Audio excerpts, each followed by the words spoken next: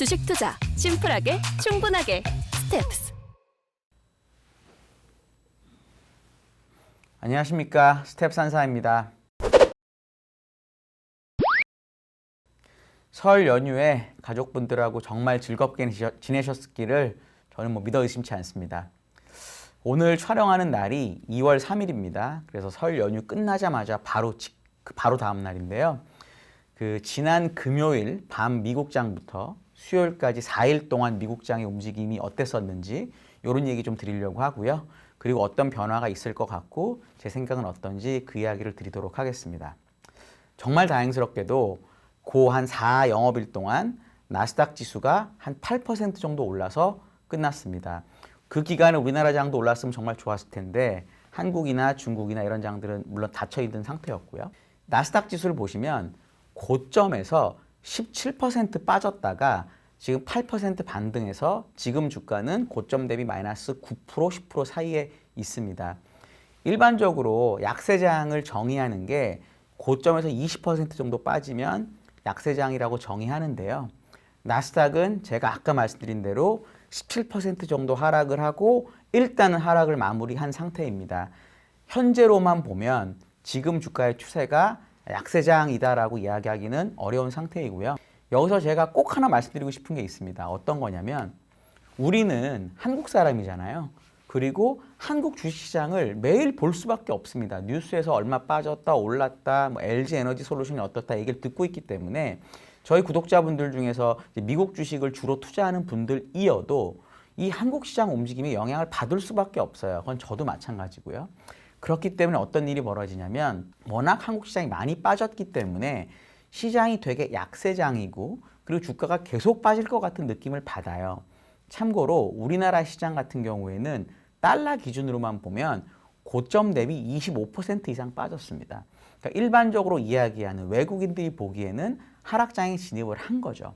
그러다 보니까 미국을 투자하는 분들도 미국도 하락장인가 보다 라고 생각하실 수 있어요. 제가 조금 더 넓은 그림으로 데이터를 불러드리면 그렇지 않을 수도 있다는 생각을 하실 수 있습니다.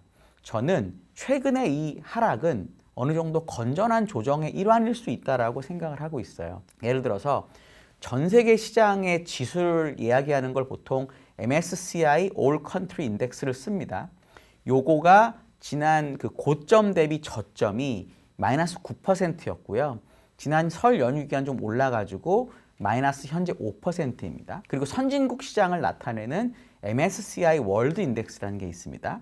이거는 고점에서 저점이 마이너스 8%였고요. 지금은 마이너스 4% 정도 수준입니다. 미국, 유럽 합치면 대략 75%가 넘는 주식시장을 설명하는데요. 미국의 S&P 지수 같은 경우가 고점에서 한 10% 빠졌다가 지금 한 5%까지 4%까지 올라와 있고요.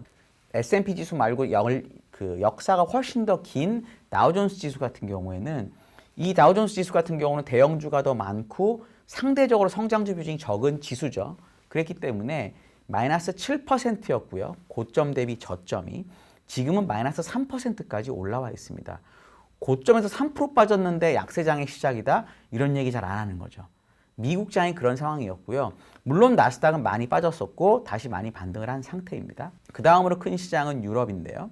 유럽은 상대적으로 금융이나 에너지나 산업재나 우리가 소위 말하는 경기 민감주나 가치주의 비중이 높기 때문에 얘네들은 고점에서 6% 정도 빠졌었고 지금 다우존스랑 비슷하게 마이너스 3%입니다.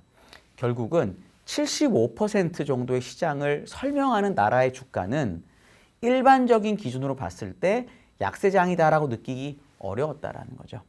그러니까 우리가 한국을 보고 특히나 우리가 많이 투자하는 외국의 성장주들을 봤을 때 주가가 많이 빠졌기 때문에 시장 자체가 많이 무너질 수 있다는 생각을 할 수 있는데 다른 데이터를 보면 꼭 그렇지 않다는 점도 있다라는 것을 제가 꼭 말씀드리고 싶습니다.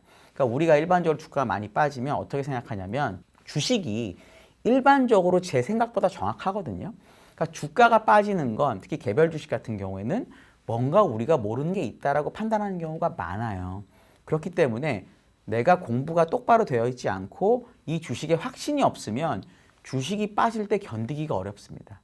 그건 시장도 마찬가지예요. 시장이 진짜 많이 빠지고 있으면 내가 모르는 시장에 악재가 있나 보다라고 판단하게 돼 있거든요. 그렇기 때문에 분명히 이것은 약세장이 아니거나 일시적인 조정일 수 있는데 그것을 견디지 못하고 주식을 파는 경우가 생겨요. 그렇기 때문에 한국 시장만 봐서는 안 되고 이렇게 더 많은 비중을 차지하는 미국이나 유럽 시장을 봐야 된다는 말씀을 드립니다. 보면 우리나라 시장만큼 절대 빠지지 않았고 이 정도 하락 가지고 약세장을 말하기는 전 어렵다라고 봅니다. 특히 성장주가 많이 빠졌던 것은 이 장단기 금리차라는 이슈가 있었습니다. 무슨 뜻이냐면 장단기 금리차가 80 베이시스 포인트 이렇게 유지하다가 70 베이시스 포인트로 빠지고 그리고 지지난주인가 FOMC를 하면서 60 베이시스 포인트까지 다 빠졌거든요. 이게 왜 성장주한테 악재였냐 또는 주식시장의 악재였냐면 이런 겁니다. 장단기 금리차가 빠진다는 얘기는 장기 금리는 오르지 못하고요. 단기 금리만 오른다는 거거든요. 요거를 경기적으로 해석을 하면 장기 금리가 못 오르기 때문에 시장에서 어떻게 생각하냐면 경기 전망이 앞으로 별론가 보다 라고 생각하는 거죠. 일반적으로 경기가 좋을 때 금리가 올라가는 경향이 있거든요. 반면에 단기 금리가 오른다는 얘기는 FED에서 긴축을 세게 할 건가 보다 이런 게 시장에 녹아 있는 거죠. 결국은 주식의 최악의 상황인 게 경기는 앞으로 점점 약화가 되는데 페드는 그것에 굴하지 않고 긴축을 한다는 게 결국 최악의 상황이거든요. 이런 부분 때문에 주식시장에 참여한 사람들이 주식을 때릴 수밖에 없었던 것 같아요. 근데 지난 4일 동안 저희가 쉬었던 4일 동안의 금리차를 보시면 이 60 베이시스 포인트 정도에서 유지가 되고 있습니다. 장기 금리가 오르면 같이 단기도 오르고요. 장기가 빠지면 같이 단기도 빠지고 이런 경향이 나타났던 거죠. 그 얘기는 경기 전망하고 이 긴축의 전망이 어느 정도 균형을 잡았다라고 저는 생각을 합니다. 그 이유는 경기 전망이 급격히 좋아졌다기보다는 첫 번째로 요번에 반등을 이끌었던 애플, 마이크로소프트, 그다음에 구글 같은 기업들이 실적을 정말 잘 냈거든요. 그러니까 실적을 잘 내다 보니까 경기 전망은 그대로일지라도 이 S&P 500이나 나스닥의 큰 포션을 차지하는 회사들이 실적을 잘 내니까 결국 주식의 경기는 좋은 거죠. 실적을 잘 내는 거니까. 그런 부분이 하나 있었고요. 단기금리 쪽은 이 연준의 그 의장이 그 FOMC 의장이 기자회견하면서 되게 매파적으로 해석될 수 있는 말들을 많이 했는데 그러고 나서 이제 연준 이사들은 그 정도는 아닌 것 같다라고 살살 좀 달래주고 있거든요.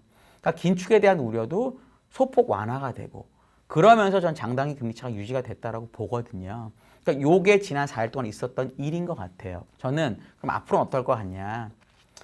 지금의 조정은 어느 정도는 가격 조정은 저는 끝났다라고 보고요. 특히 저번에 지지난주인가 나스닥이 하루에 5% 빠지다가 이제 종가에 그 플러스로 끝났던 날의 그 당일 종가 말고 장중 저점 그 정도가 마이너스 19%였거든요. 고점에서 나스닥이.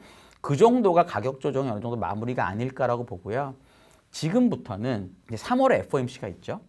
그리고 4월 말이 되면 다시 1분기 실적이 나오게 됩니다. 그래서 지금 2월 달, 3월, 4월에는 어떤 일이 있을 것 같냐면 FOMC 3월 달에는 어떤 일이 있냐? 점도표가 나오게 돼 있습니다.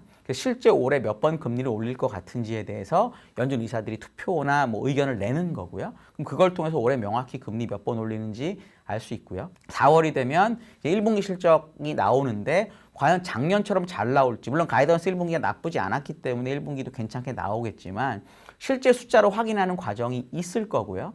그러면 2월에 3월에는 어느 정도 기간 조정을 거치다가 3월, 4월이 되면 실적 장세로 완벽히 변환이 되면서 주가가 오르는 흐름이 나오지 않을까 저는 기대를 하고 있습니다.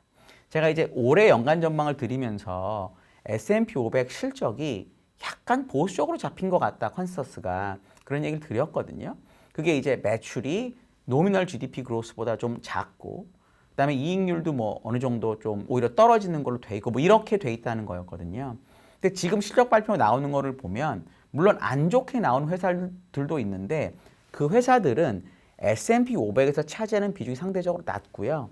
반대로 잘 나오는 빅텍이나 반도체 기업이나 이런 회사들은 상대적 어닝 포션이 크거든요. 거기에 무슨 다른 업종들도 실적이 잘 나오고 있어서 제 생각에는 이 S&P 500의 어닝 추정치가 1분기가 그러니까 지금도 이번 실적 발표 끝나면 상향될 가능성이 높고요. 그리고 4월이 되면 또 상향되고 이런 그림이 나올 것 같아요. 그러면 역사적으로 봤을 때 실적 추정치가 상향이 되는 사이클에서 주가가 약세장으로 진입했던 경우는 거의 없습니다. 주가가 약세장으로 제대로 진입하려면 긴축을 하는데 연준에서 긴축을 하는데 그거에 맞춰서 경기가 완연히 꺾이고 그래서 실적 추정치가 하향 조정이 되는 게 맞물리면 제대로 약세장이 오거든요. 근데 미국의 연준이나 정책 당국자들이 그 정도의 강도로 긴축을 할 가능성은 지금은 저는 되게 낮다고 보거든요. 그럼 긴축이 진행되는 과정에서 실적 추정치가 조정이 되고 다시 긴축이 없어지고 이런 과정을 거치면서 실적 추정치는 상향될 것 같다라고 저는 봅니다. 그러면 이제 투자하시는 분들이 해야 될 일은 뭐냐면 만약에 내가 진짜 이 10% 그러니까 나스닥은 뭐 10몇 프로 빠졌지만 S&P 기준으로 봤을 때 내가 고점에서 저점까지 10%였거든요. 이걸 내가 트레이딩으로 먹을 수 있다라는 분들은 당연히 절대적으로 트레이딩을 해야 되는데 그게 아니고 난 잘 모르겠다. 내가 예를 들어 팔면 오를 것 같고 사면 빠질 것 같고 이런 분들은 미국의 뭐 ETF도 상관없고요. 시장 또는 뭐 이런 이번에 실적 잘 나온 빅테크 같은 기업들 같은 경우에는 그냥 가지고 계시는 게 좀 더 편하다라고 저는 생각을 해요. 그래서 저희 이 영상을 보시는 구독자분들은 특히 미국 주식은 그런 관점에서 투자를 하시는 게 좋겠다라고 생각을 하고 있습니다. 오늘 내용에 대해서 혹시 고견 있으시면은 꼭 좀 댓글 좀 달아주시고요. 저희가 그걸 잘 보고 저도 그거 읽어보고 제 의견 드리도록 하겠습니다. 감사합니다.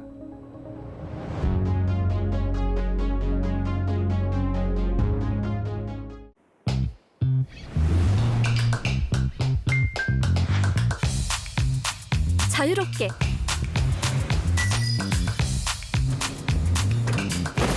편리하게 간결하게